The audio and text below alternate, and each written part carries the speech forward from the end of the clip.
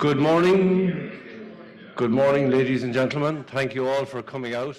Those of you who are physically here with us on a damp morning, you're very welcome. My name is Jim Miley. I'm Director General of the Irish University Association. So I'll steer the proceedings this morning. As you know, we're here for our event, Why Autonomy Matters for University Success. We're delighted that you can join us for this hybrid event. Great to welcome delegates from across higher education, government and elsewhere. Welcome in particular to those joining us online. You do need to know we have closed captioning available, so each delegate, you can alter the size of those captions by clicking on the CC button at the bottom of your screen. No need to do that if you're in the room. We're delighted to be joined today by our keynote speaker, Thomas Esterman from the EUA in Brussels, and by our panelists, Professor Kirsten May, Alison Johns of Advanced HE, and Professor Eva Lenonen, and we'll come back to the panel later. So to put our event today in context, we're not terribly interested in autonomy just for the sake of it. As our title says, autonomy is a key enabler of success in organizations, and none more so than in our universities. It's no accident that the most successful universities across the world are those that are most autonomous. So when we look to international comparisons, we're fortunate that the European Universities Association, of which the IUA is a member, do a comprehensive pan-European analysis on autonomy every 4 years. And this morning you're getting a truly exclusive on the new Autonomy Scorecard 2023.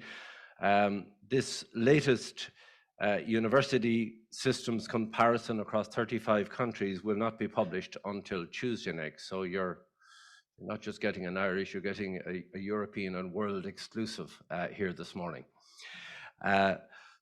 So we're delighted that Thomas Esterman, the lead author of the scorecard, has traveled from Brussels to give us a sneak preview of the findings of the EUA Autonomy Scorecard. Thomas is Director of Governance, Funding and Public Policy Development at the EUA.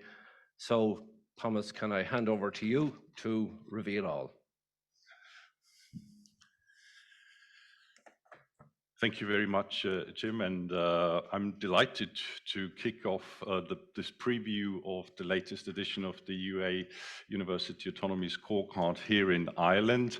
Ireland has always been a great user of our work, which exists since 2011. And before I dive into Ireland, just a couple of pointers what this tool is about. So we have now the third edition. As Jim said, it's going to be published next week. We compare 35 higher education institutions across Europe, and we look essentially at the legal frameworks, and we get the data from our national membership, but we also analyze the legal systems. This is quite an endeavor. So we look at 4 dimensions. I will show them in a minute. And we focus on the overall higher education landscape. And this edition will also include a comparison of the impact of the European University Initiative on systems. And we also have a legal analysis of how academic freedom is enshrined in legal systems. So this for the introduction. And here you can see the, if it works, yeah, the 4 dimensions. So what we developed in the beginning of the scorecard with the sector within the 4 dimensions: organizational, financial, staffing, and academic autonomy, between 5 and 7 indicators that have been deemed by the sector as essential for defining institutional autonomy, speaking the relationship between the state, government, ministries, authorities, and the institutions. And let's zoom in straight away into Ireland. So here you can see the version of the 3 editions for Ireland according the 4 dimensions. Now you can see that in the first dimension, organizational autonomy, where we look at how institutions can design the governance structures and similar things, Ireland has dropped in 2017. There is a slight increase within the latest edition, but overall Ireland features here in the medium-high cluster 12 out of 35 systems. If you look at financial autonomy, you can see no change from the last edition.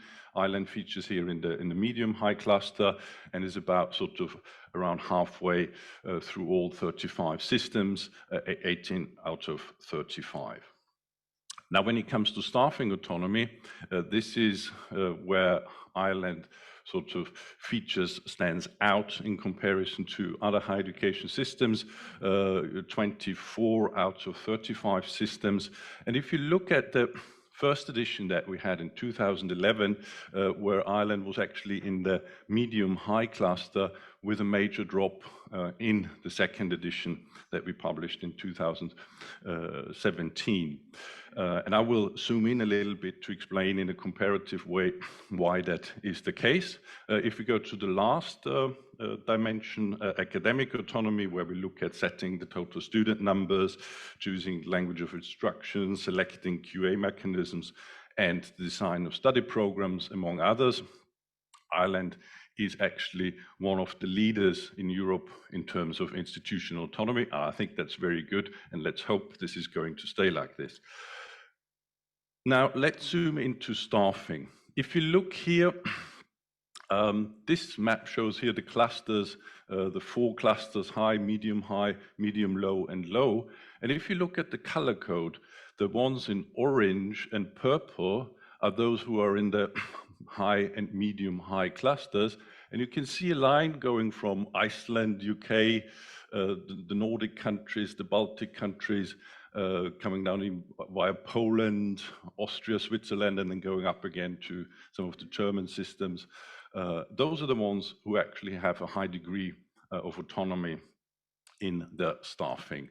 Whereas if you look to the south and the Balkans, Italy, France, Spain, Turkey, Greece, etc., those are quite restrictive. So the only outliers within this trend are basically Portugal, which is a southern country who has quite a high degree of autonomy there, and Ireland, which is more in the group of the ones in the south. So already geographically, you can see here that this is not within the trends.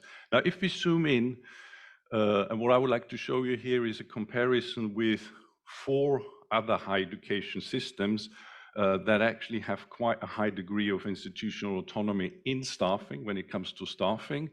And those are Estonia, which features on the top of the table. Sweden is the second, UK on third place, all a very high degree of autonomy. Finland also featuring a quite high. So what is different within these systems?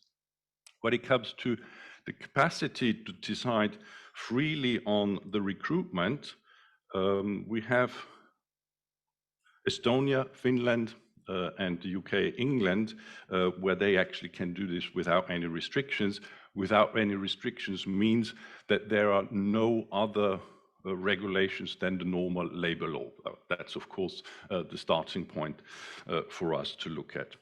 Whereas in Ireland, also in Sweden, certain restrictions apply. And for Ireland, in particular, the employment control framework is the structure, the element that has a very limiting feature that also has the impact that Ireland scores relatively low in these dimensions. Now, when we look at salaries, again, Estonia, Sweden, and England, when it comes to administrative staff, has quite a high degree of freedom on salaries, no restrictions. Only Finland and the UK for academic staff, where they negotiate with other parties that could be seen as a small restrictions. Again, Ireland, also through civil servant status, has restrictions that is more typical of those systems that I showed you in the south of Europe. The third indicator on the capacity to dismiss staff, again within the normal labor law regulations. Estonia, Finland, and Sweden and the UK are all free to do this within those frameworks, whereas in Ireland, the civil servant status also is quite restrictive in here in a comparative perspective. Only when it comes to promotion, now all these systems have a higher degree of freedom, also with the lifting of the restrictions in promotions for Ireland, which also lifted up the ranking in comparison to the previous edition. Now, one aspect I wanted to show you, also in comparison with those four systems, is the development of funding. Because if you talk about staffing and autonomy, there is a connected link to the funding that universities receive. And here again, you have the data comes from our public funding observatory, where we monitor development to higher education institutions. We've done this since 2008. So here you see two kinds of data sets, development to funding. This is the dark green and the dark blue bars, and then the lighter colored show the student number development. Of course, there are other elements that have an impact on the costs of institutions, but that already gives you an indicator how these other benchmark systems do. So Sweden, for example, a much higher increase in funding over the period 2008 to 2019 than increase in student numbers. In the UK, of course, very specific with the tuition fee regime, but again, you could see here student development and funding more or less aligned. On the other side, those who have decreased, Finland, small decreases, but also just a small increase in student numbers. Estonia, quite a drop in funding, but also an enormous drop in student numbers. And again, Ireland is here an outlier. A massive increase in student numbers at the same time over this period 2008 to 2019, a decrease in the funding. And this is also from our PFO, just to show you the development quite clearly. The peak drop in Ireland, as you all know, in 2016, and within recent years trying to come back up. But in long-term perspective, Ireland is still not there, the pre-2008 funding, and that is also, when you look in a comparative perspective, one of the challenges. Now, from our perspective, if I want to conclude and sort of finish with three recommendations from a comparative perspective. The employment control framework is something that is very specific that we don't see in any of the other systems. So this is something from our perspective would really need to be looked at if Ireland wants to become more competitive in the European higher education system, particularly when it comes to be attractive for academic staff and researchers. Also, it would be like many other systems do, where they phase out the civil servant status for higher education staff. That would be something that might be worth looking at, so giving to institutions more flexibility. And I would say the alignment of the public funding with the student growth, as shown in the slide before, would be one of the third elements that Ireland would need from a comparative perspective. So in a nutshell, that is what I wanted to show, and I'm looking forward to the discussion. Thank you very much. Thank you. Over there.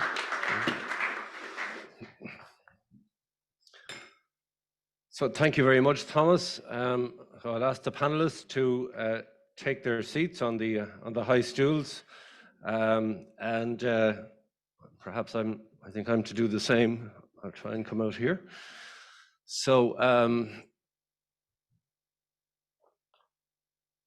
perhaps to introduce them first, although many of you I think know who they are. Professor Kirsten May is president of the University of Limerick, and in this current year is also chair of the IUA Council. Professor Eva Leinonen is president of Maynooth University, and as many of you know, has recently worked in the university system in Australia, and prior to that in the UK. So very broad international experience, and we're interested in those comparative perspectives that you bring. And I think equally broad perspective from our third panelist, Alison Johns, who is Chief Executive of Advance HE, who I know many people in the higher ed system in the room will have worked with, a specialist consultancy group who work across many countries, most recently, I think, in Uzbekistan, yes. is it? Yes, and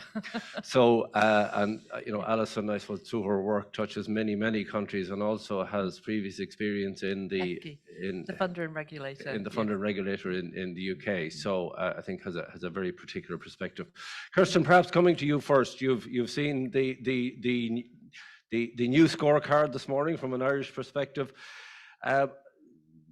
Can we just start on the question of autonomy? I mean, autonomy sometimes can feel like a nebulous or kind of a theoretical concept almost to people. But as a university president, you know, what do the restrictions on autonomy mean to you? And you know, based on what you've seen this morning, what needs to be done about it?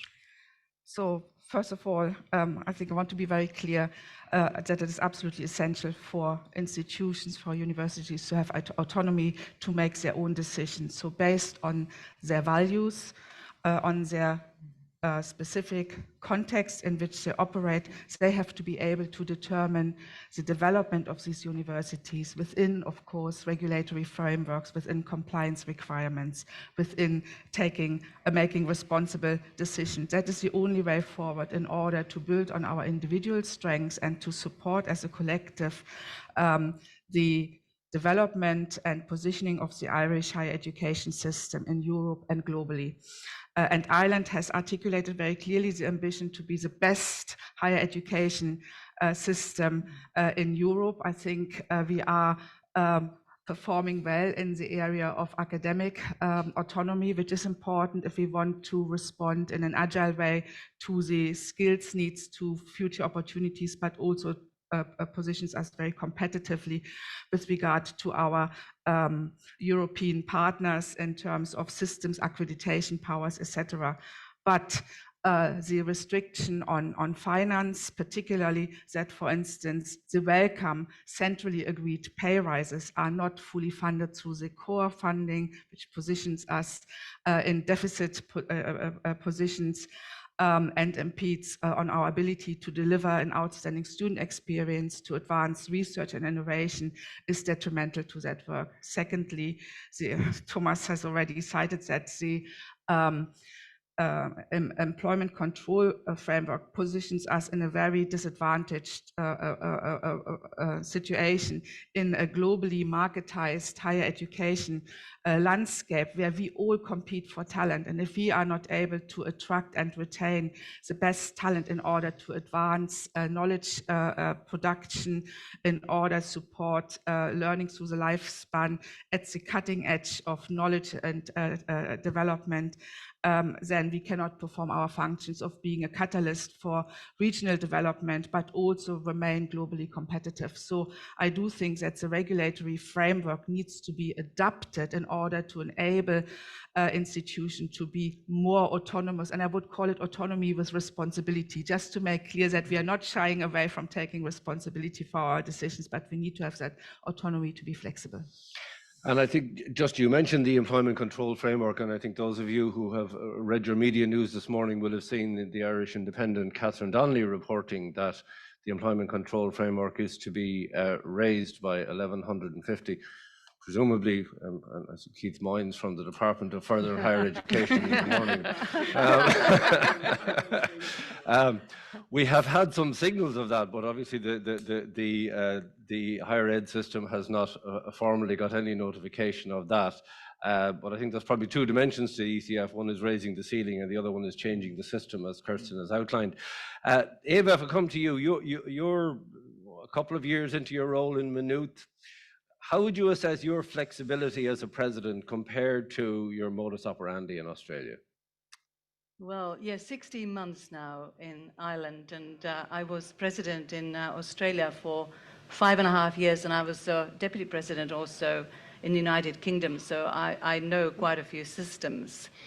I have to say that the simple answer is that I do not have the same flexibility to function as a president here in Ireland that I would have in the United Kingdom or Australia. And before I came here, I did a little bit of homework, of course, as we all would. And I looked at the Universities Act, 1997, of course, now 2022, and particularly the role of the chief officer. And the chief officer role is outlined in the fourth schedule. And as I looked at that, I thought, well, yes, it's very much aligned with what the Australian role of the president is, very, very aligned. I was very comforted by that. But then, I just wanted to remind all of us, what does the fourth schedule say? And it says things like, the chief officer shall manage and direct all matters of the university, and that includes personnel, that includes finances, that includes administration, estate, and so on. And it says, with such powers as are necessary and expedient. And it also talks about the chief officer being responsible to the governing authority for efficient and effective management of the university. So that was the background within which I came and assumed that the role of the chief officer would work in Ireland. So would you not have come if you'd known what you'd found? Absolutely unfair question. I love Ireland, so I would have come. But the interesting question then is that, given that that's what is in law, where is the disconnect then with the running of the university? And we have already heard from Kirsten why it's important that we are able to run our university. So there are the two key elements for any president or chief officer, to be able to manage their own affairs in order to deliver a diverse vision and mission for the university. And what are the biggest elements that we should be managing is finances and staffing. Staffing is our biggest resource.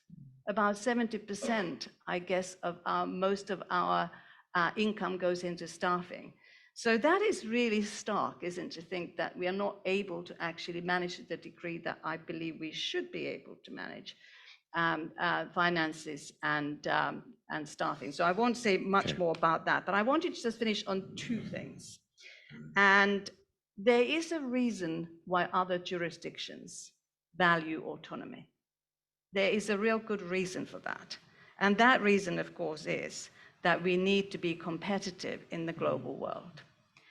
And we are somehow perceived in a different way from other jurisdictions as a public sector organizations, which then means that we are not able to be globally competitive. But we are the only public sector organization in Ireland that is globally ranked. So what I'm really saying is that we need to think about the models for accountability. We want to be accountable, but the models for accountability need to be different from those of the rest of the public sector in some ways. And if I have one plea today, this is my plea, which is that we need to co-create more fit for purpose models, alternative models of accountability for the university sector, and models of accountability that are proportionate to risk. So what I have experienced here is the proportionality to risk has got out of kilter. It is now out of balance. So that's my plea. And perhaps we'll come back to that later. Alison, as I said, you have an equally broad perspective given your work. So, give us your assessment of Irish universities in that. In terms of autonomy. In terms of autonomy, and I suppose flexibility is really what we're talking about here, and capacity to be the best, I guess, is what we're talking about. Well, I agree, because competition is really hot, and the rest of the world is really running ahead now in terms of developing and reforming their higher education systems. So over 90% of Australian universities are members of Advanced HE, but great autonomy there. But we're doing a lot of work with developing economies, developing countries. So 5 countries I've worked with: Kazakhstan, Uzbekistan, back on Sunday, Ukraine, Myanmar before the coup, Egypt. They're all driven towards a more autonomous model of higher education because they see the benefits, because the prize is innovation. And as I'm in a library, borrowing very badly from Jane Austen, it's a truth universally acknowledged that autonomy gives innovation. And what I'm also seeing in these, so I'm working with really bright ministers with great visions for their country. And what is really impressive, for example, in Uzbekistan, but also Ukraine, although they're going through a difficult patch, bit of an understatement, but they are still working hard at this, is decrees come out of the presidential office just saying this is going to happen, this is going to happen, this is going to happen. So in Uzbekistan, they've just merged 2 ministries to put higher education, tertiary education, and regulation together. The bit that's missing is funding at the moment. But they are going at such a pace. They're doing it because they want to get up the rankings. They're doing it because they know it's really competitive. And what I see in Ireland is your inability to attract staff, I think, will be quite detrimental for you. I also see in the UK the freedoms, not just to create the strategy is the easy bit, but how you organize yourself around delivering that, the ability to shut down departments, open up new departments, engage in enterprise, I think is absolutely dependent on much more autonomy than I'm seeing. And, you know, there are other systems out there to learn from, and I understand why you are where you are at the moment, but you think you've got a great opportunity. And I don't know enough about your new legal framework, but from what I've heard, I think there may be opportunities in how it's implemented to really grasp. Okay, Thomas, maybe something I should have come back to you first on, just on the methodology for this. I mean, you've taken a look at 35 countries, obviously very different systems, and I guess somebody may look in and say, so you know, how robust is the analysis behind this scorecard that you've produced? Well, obviously, comparing 35 systems along all these dimensions is a hugely challenging endeavor. And I would say, straight from the beginning, we make all sorts of caveats how you need to read the scorecard methodology. In the first place, it's a tool that allows you to really compare those systems according to those indicators. So the ranking in itself, I would say, is not the most important part, because what it really does is sort of underlining and supporting a dialogue about why we have a specific system in our country and does it serve the purpose. And I think the responses from the panels already show it's all about the purpose. So coming back to the methodology, we spent a long time developing this. It was a 3.5-year European supported project where we've got higher education experts, we've got the whole sector, even the public ministers have sort of been consulted, and that sort of, there was a broad agreement of most of the indicators that those consist important elements for university autonomy. Not all maybe in the same amount of importance. So, for example, the capacity to charge the tuition fees depends very much on how your sector is funded. So in some systems, like in Norway, it was not considered as the most important one, whereas in others, it was deemed essential to be effective and efficient. So that there you can have different views. But more or less, it was very interesting to see that there was a consistency about the indicators that those are the core. You couldn't find others, but those are the. So from that was the starting point to develop that, and then we work with the higher education sector, with the national associations. We analyze the legal frameworks, and we're trying to. Of course, we need to simplify to a certain degree. So if you want to have a zoom in into the system, that is not necessarily what you get from the scorecard. But on that level, where it allows you to say, well, why is something very specific in our system, and again, does it serve for the purpose? And I think that's precisely the discussion where you can see this policy construct that you have with the employment control framework, which might have saved the purpose during the financial crisis, is something that doesn't exist, at least not in the countries that you would like to compare yourself in terms of competitiveness. So I guess one of the issues that sometimes I think academic freedom and you know, there is that perception that academics can kind of do what they like. But sometimes there's a confusion of that and institutional autonomy.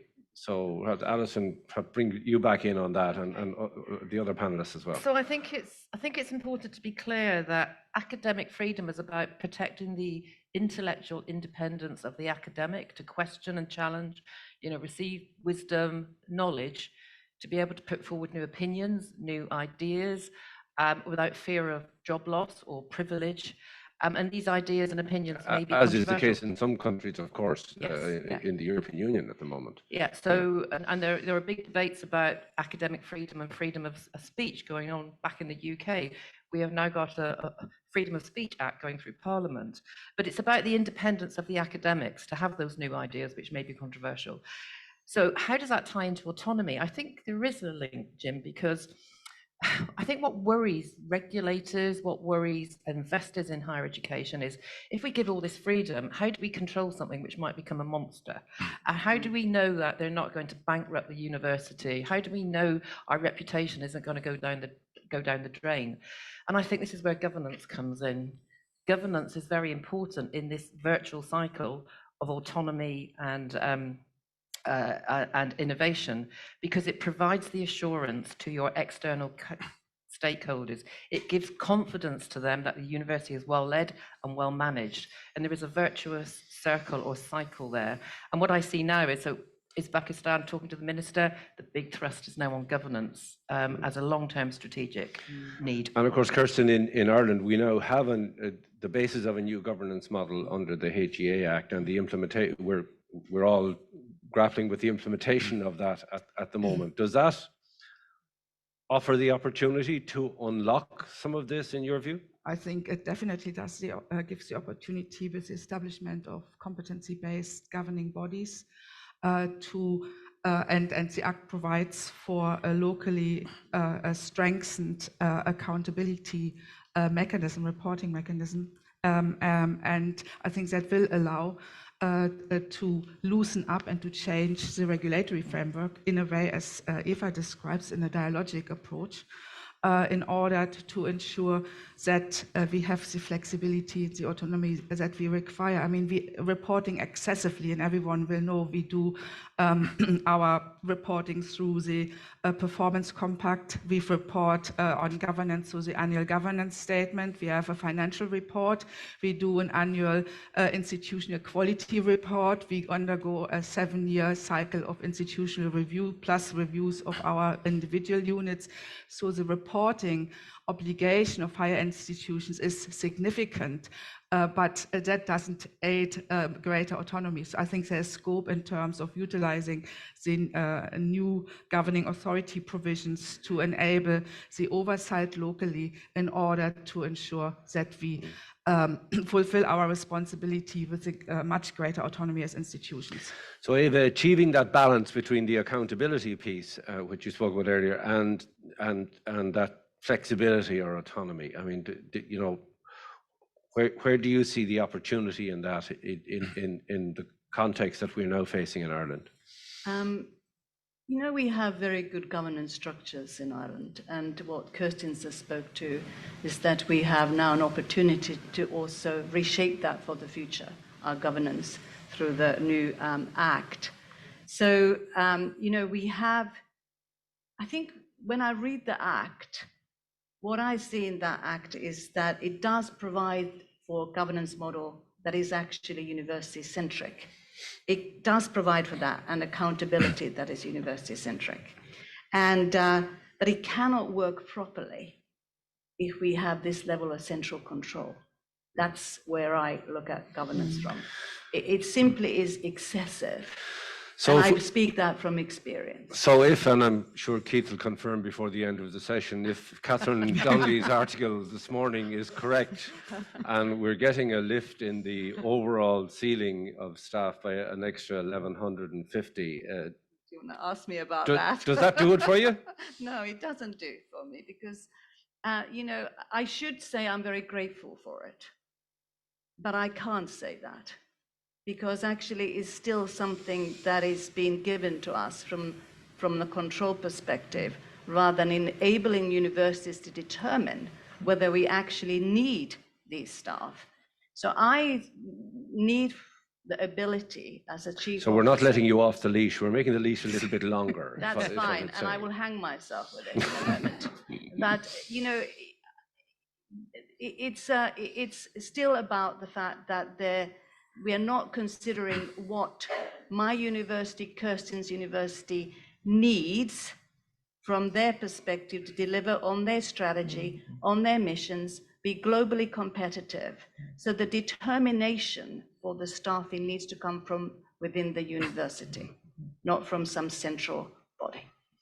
Yeah, and I think, in truth, we have had that dialogue ongoing with government, but it's been ongoing for quite a long time. So hopefully we can bring that to a conclusion. Your perspectives on that issue, Alison? Well, I'd noted before I came this morning that, you know, what happens in the UK, for example, but it does happen elsewhere, is that institutions can do exactly what Eva has just said. And what controls that? It's the market and it's the finances. It's about what can you afford, that makes your strategy even more important, that you focus on the things that matter. But what struck me about what you said about the role of the president was to manage and direct. So manage is doing things right within a controlled framework. Leadership is the judgment about doing the right things. And what we need is leadership here, more leadership, less management, and that confidence in your universities within an accountable regulatory framework. You know, I've been a regulator and a funder, so I really get that. There is no such thing as the Guttmacher principle, which is give us the money and go away. Okay, it just doesn't exist. And nobody's So looking for that. No. Nobody's saying that. I know nobody's saying. Yeah. I used to use it as a joke when I worked at Hefke. But I suppose at the heart of all that is a trust issue, isn't it? Yeah, there is. It's about confidence. It's about confidence, I think, in the system. And the way that we develop that, and I see other countries following this model, is the co-creation route, working together in a partnership. A lot of these issues are quite technical, but it's about, it's co-creation, which can get you there, I believe. And obviously this scorecard was put together by and large certainly before the new HEA bill in Ireland has been implemented. And I know, Thomas, you probably haven't had an opportunity to analyse in detail the new legislation in Ireland. But from what you know of it, do you think there's a potential within that to shift the position of Ireland on some of the core metrics on the scorecard? Well, I think there are certainly things that are going in the right direction with the governance model that has been mentioned. I think that's certainly something where I think Ireland can also show as a good example, particularly that's where you're asking also for competencies. So it's not just the model in itself.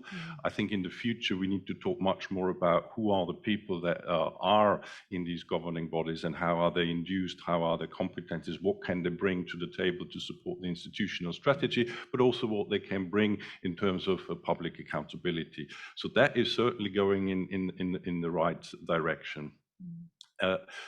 In terms of the institutional part of academic autonomy, Ireland is already in the leading part, and I think this could also serve as an example to show how actually you can trust institutions what to do with this freedom that they have, because this is quite an issue in other systems where governments don't have the trust that institutions design the right curricula, that they do it in the public interest. And Ireland is actually leading. So we have lots of working groups with other peers, and Ireland is always featuring as a very good example how you develop curricula, how you engage students, how you develop the student journey. So I think here you have a success story of what you can actually achieve with institutional autonomy. And that one, and I think even said it, well, the higher education that gives you that freedom, but then you have another policy that limits it. So I think there's actually a great opportunity for Ireland to become one of those leaders, which to me seems more a technical issue. I think it's of course linked to the funding, so there we will have a different debate. But what's much more difficult in many systems is to get the academic autonomy up to that level that you have. You have that. So I think you're up for something that could be easily changed from an outside perspective. I'm going to bring in the audience in a moment, so perhaps if anyone has a question, you might think about it, and I'll come to you in a moment. But Kirsten, Just to close out this part of the discussion, the HEA bill, on balance, your perspective, help or hindrance in terms of the issue we're discussing this morning? I reserve my judgment to see it, how it plays out, because we will have to see how the regulatory powers are being applied, and the regulatory powers are significant, and how that balances against the greater oversight and the local governance that is being embedded in the establishment of the new governing authority. So I reserve my judgment on that. Eva? I think the intent is there to strengthen. And I think Alison and Thomas are right that, there's an opportunity there. However, the powers that are now enhanced for the CEO of Higher Education Authority and the minister and are there to be seen how they will be exercised. But the opportunity is there to strengthen rather than hinder. Perhaps to go to the audience, if can I have a raised hand? Keith's going to do a reveal, I think. Keith Moynes is Assistant Secretary of the Department of Further and Higher Education. Thanks, Just a question for Thomas. So the Autonomy Scorecard is obviously a scorecard of inputs, and that's what it is, and it's useful in its own right. In Ireland, needs to be in the right cohorts, in terms of where we see ourselves. The interrelationship of that, though, with outputs and outcomes, and how you draw that line between those inputs, whether that's funding, autonomy, staffing, and outputs and outcomes, because I think that's the compelling piece in making the argument. And the department is on the record as being clear that we need to reform the ECF. So that's that's a factual statement. But in terms of making that argument, how you draw that line? Yeah, I think that's a very relevant question. Difficult to answer, though, because if you need to make the straight link between institutional autonomy and concrete outcomes, it's challenging because there are several factors that are very important. There have been studies on that to link institutional autonomy and performance. The first one was done by a group of economists that sort of back 10 to 12 years ago, where they analyzed the systems and found out that those who have the highest degree of autonomy, and they used similar sort of indicators that we have in the scorecard, and linked it to rankings. Of course, rankings are a proxy for performance, you might think about and what you like, but the outcome was that there is a tendency that those who have a high degree of autonomy also perform better in those rankings. They also made a link, an additional link, that you also need a high level of funding. So maybe no surprise to that. There have been several studies that made equal links to that. And the challenge here, I think, is you can't say, because we also don't give a composite score of, say, these is the most autonomous countries, because it's very important that you look at the different elements. So if you say we have systems that feature quite high in staffing autonomy, for example, Czech Republic, but they don't have institutions sufficient funding, or they have another limitation in another area. So on paper, they're quite autonomous, but what they can achieve with that is also limited. So one always has to look at the context, so that the scorecard is the starting point, I would say, for further reflections and analysis. But I would say we do have sufficient evidence that a higher degree of autonomy, a high degree of freedom with a supporting framework allows institutions to perform better in innovation, in research, and having a great learning and teaching framework for students. Another question down here. Colin Scott, is it? Yes, from UCD.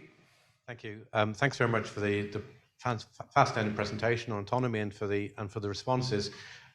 Kirsten said in her comments she anchored things around the values and mission of the universities and the strategy, and Eva spoke about the experience of being controlled. Thinking about the implementation of the new Higher Education Authority Act, one might infer that government is the principal and that the universities are the agents for whatever the government wants to achieve through higher education.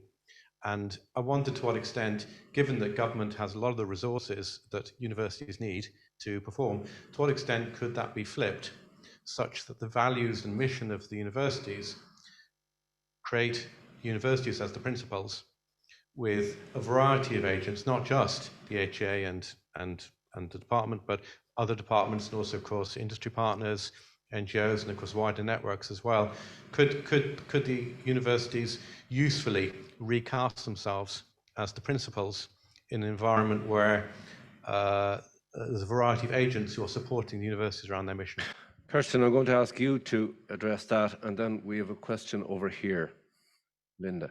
That's a really interesting, very pertinent question. I do believe that universities as public institutions have a responsibility to respond to the societal needs. And of course, that is, as you rightly say, directed by governments through resources and regulations. But I think by engaging with stakeholders like industry, like government, in terms of supporting skills development, in terms of developing the cutting-edge research and innovation capabilities we need in order to deal with the huge transformation projects that we are currently facing and the challenges from climate and ecological challenges to digital transformation. I think we need to have that drive as the producers of knowledge, as the challengers of established knowledge, as the excavators of lost knowledge. That was and as the generators of new knowledge. That was an early definition of research that I took from the framework in the UK. We have a significant responsibility to drive on innovation in society and act as a catalyst for transformation. Absolutely. So I'm going to take two questions. First, Linda Doyle, Provost of Trinity. Oh, thank you. Great panel, and I love the work of the EUA. Thank you. My question is about, and it touches a little bit, Thomas, on what you were talking about at the end of the last answer, the difference between having autonomy and the ability to exercise that autonomy. So I do think we have academic freedom and autonomy, and I think that's great. But for example, if you look at our research funding system, we don't necessarily have parity of esteem between different disciplines. So depending on where you work or what you work in, you have a greater or lesser ability, I suppose, to live out that autonomy. And I suppose I'm saying this in the context, and the department will probably be sick of us, we're always on to the next legislation, the research bill that we're going to be working at the moment. And I'm kind of wondering how we can learn from what you're saying here in terms of how we actually kind of think about the research bill that's coming up. Okay, and I'll come back to the panel on that. Mary Canning, who is president of the Royal Irish Academy and also chairs the governing authority in Maynooth. Thanks, Jim. My question is very simple. Coming back to one of the key issues that just come up in the discussion, how do the universities now build back the trust which they had? Because I think we're seeing the wash through of the crisis. We're seeing it in the funding. We're seeing it in what has happened. So now we need, I think, the IUA and the university sector needs to build back the trust that used to exist. I'd like to hear the panel on that. Thank you. Okay, so I'll start perhaps with Ava on that. Maybe I just start on the issue of trust. I think that's key.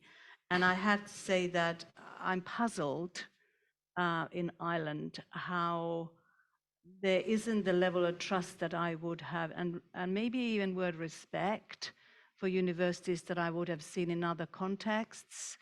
And I've been sort of trying to unravel it, and I think it's somehow to do with public sector institutions. It's some historical events that I'm not familiar with.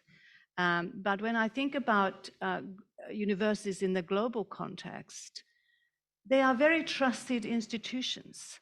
If you look at the Edelman's Trust Index, which is a survey that is carried out annually, universities always come on top for trust. But I believe there is trust here in the academic endeavor, the expertise of universities. But there doesn't seem to be the similar level of trust or even adequate trust in the institution of a university. And where does that come from? I actually generally think this is a key question that we need to examine in detail. And this also speaks to the narrative that we have out there about universities. And this narrative is not always helpful. And we do need to then think about what is that narrative that we create, which is a very positive narrative. You know, universities are not just something nice to have for a country or an economy. They are a critical part of that. They're essential for the future of Ireland. So how do we now recreate that narrative? And it also speaks to trust. Alison? Okay, I'll admit I'm not quite sure what the trust breakdown was about, but I do know that there was a worry about finances, global financial crisis, which I think led to the employment framework. And I think it's very worrying for governments and countries to think about how they're going to manage financially at any time. So we've got through that, but now we're in another financial crisis, the war in Ukraine, inflation, energy costs, etc. So this is quite a frightening time for government. So I think understanding the fear, what are the fears that are stopping letting go, and engaging in a dialogue to fully understand each other's position is a starting point, I think. I'm going to go to the floor. One more question. Philip Nolan, I think, wants to come in, and I know that Linda's question about research may be relevant to Philip. I could answer the question, but I won't. I do think my colleague Keith maybe was a bit gentle on the discussion. It's been a really valuable discussion. But I think, if I can be so bold as to suggest, it's half the discussion. I think, and Keith and I have the job of persuading ministers to invest in the system.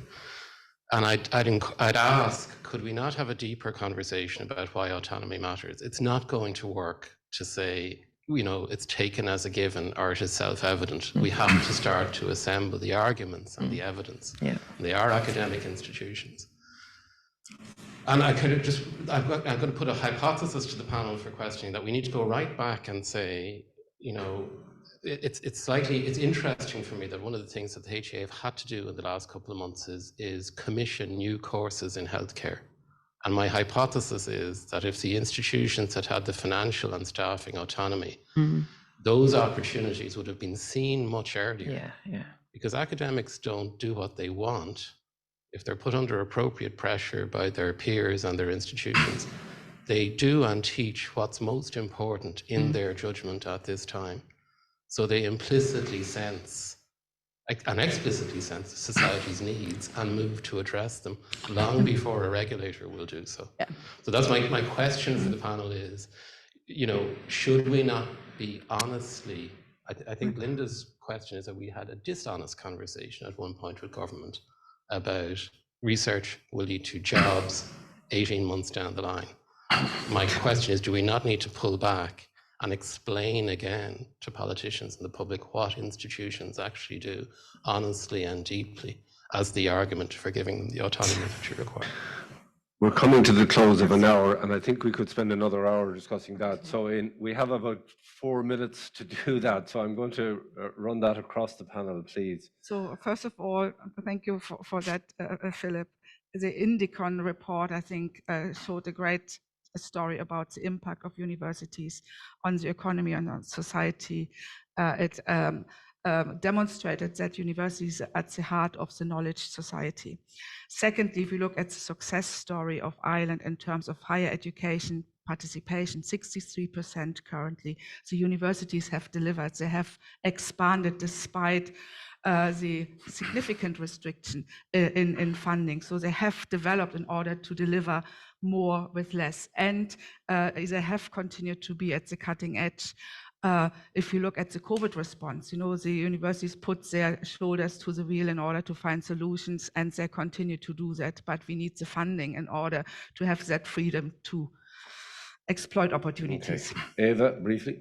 We need to have a deeper conversation about autonomy, but I would also ask us not perhaps to use the word autonomy, because I have come to realize that in Ireland, autonomy quite often equates to lack of accountability. So I would think that the dialogue actually is around how do we enable universities to thrive and flourish by enabling them to utilize their own resources in a manner in which will advance the strategy and the vision for the country, but also for the universities themselves.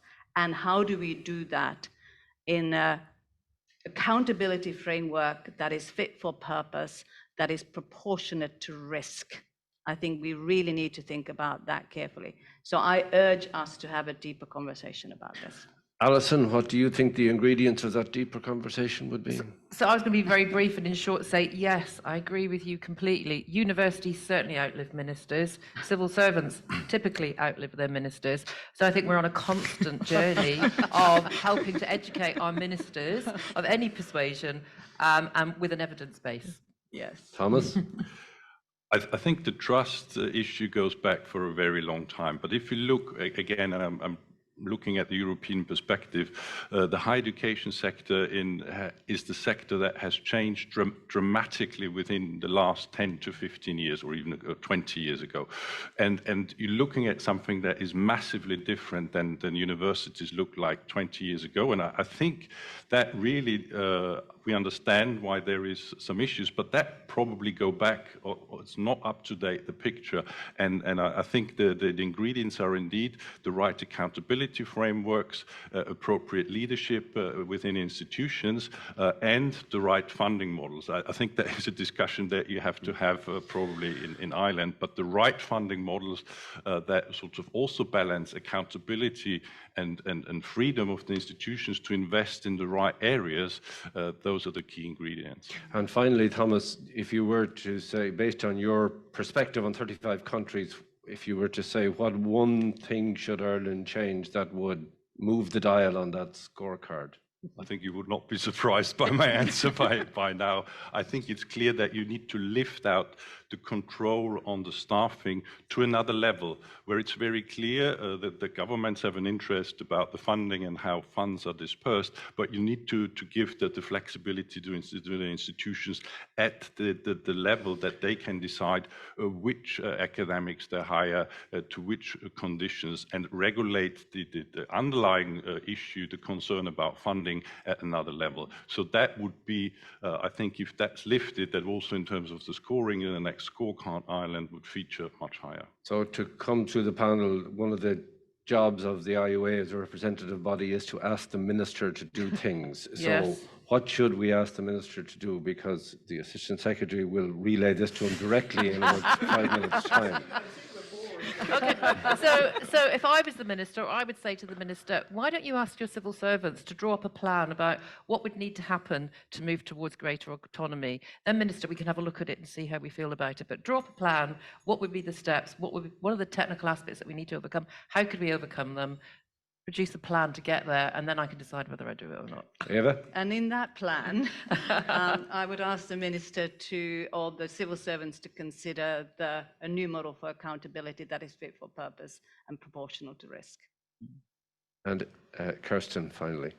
To address the funding gap, the promise was made to allow us to be funded adequately.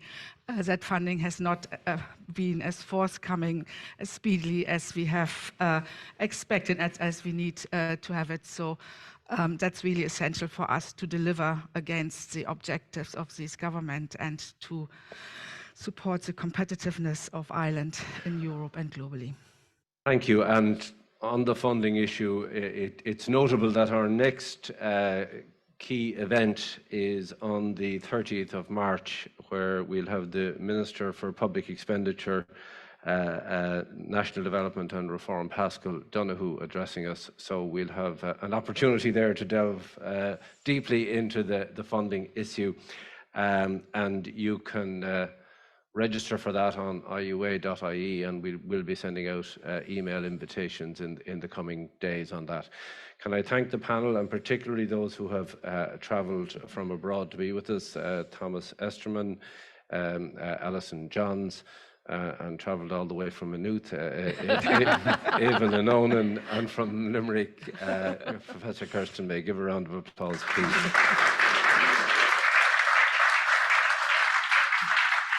So it just remains for me to thank you all for coming out on a dampish morning. We have a full room here, and we have an even fuller virtual room. So can I say to the people who are watching remotely, you've probably already had your coffee, so we're going for ours now. Thank you very much.